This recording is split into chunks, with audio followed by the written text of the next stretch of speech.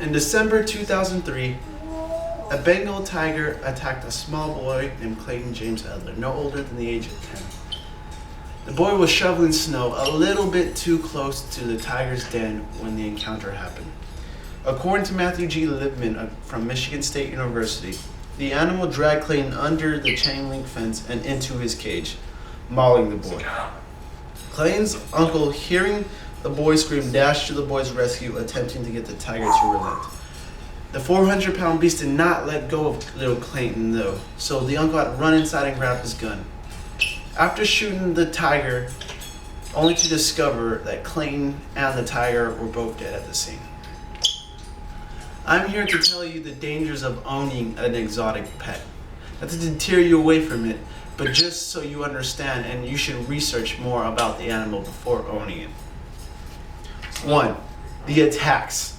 Even though as a baby most of the animals will look cute, furry, and mostly harmless, but they do grow up to become ferocious beasts themselves. This includes tigers, lions, chimpanzees, anything with claws, really. There's been attacks from small rodents to giant reptiles, prairie dogs attacking humans to Komodo dragons and anacondas. The extensive strength of a chimp can be shown from ProjectPrimate.org National History page. At 7 times the strength of a human and very independent mind and temper, they do not make suitable pets.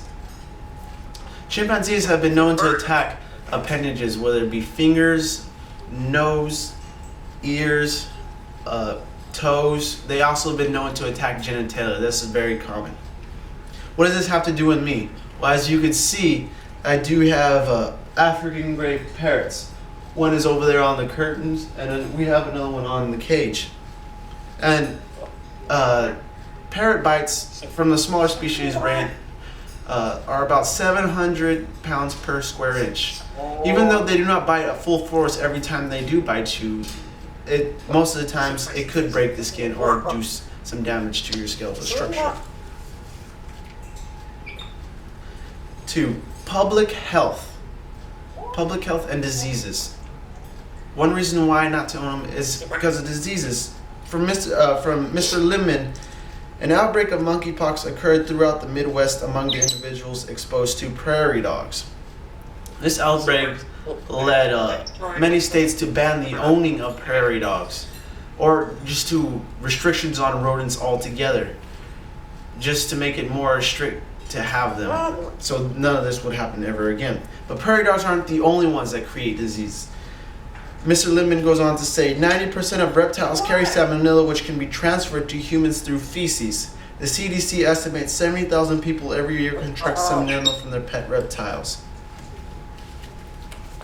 You might think, oh, well, I'm not going to be touching my bearded dragon's feces or my Komodo dragon's feces, but I've spent many times cleaning my own bearded dragon's feces off the walls and throughout the entire cage.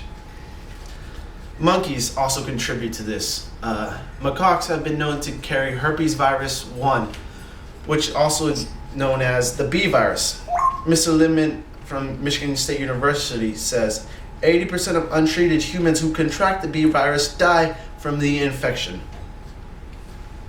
Well, what does this have to do with me? I have African gray parrots.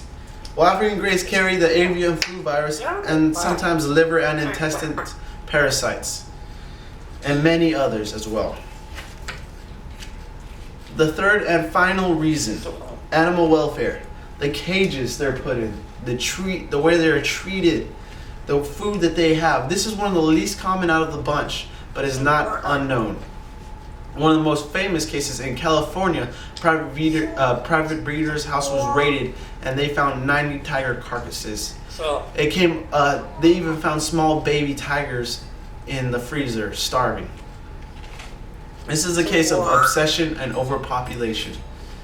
They estimated the cost to house and feed all these animals $500 a day at least. Well, African greys, they're not much to take care of, right? Well, wrong. African greys live up to 70 years in captivity. This is a lifelong pet, and they do get depressed like humans, and which will lead to plucking of the feathers or other destroying of the beaks and other things like that nature. Their food and nutrition are also very important. Many commercial bird feed does not have the adequate amount of nutrition for these animals. This could lead to them contracting disease or death.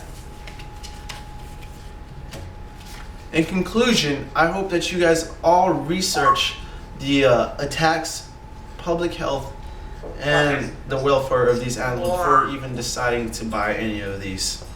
This is a very, some of these animals could be very dangerous and a risk to you, your family, and your community. Thank you.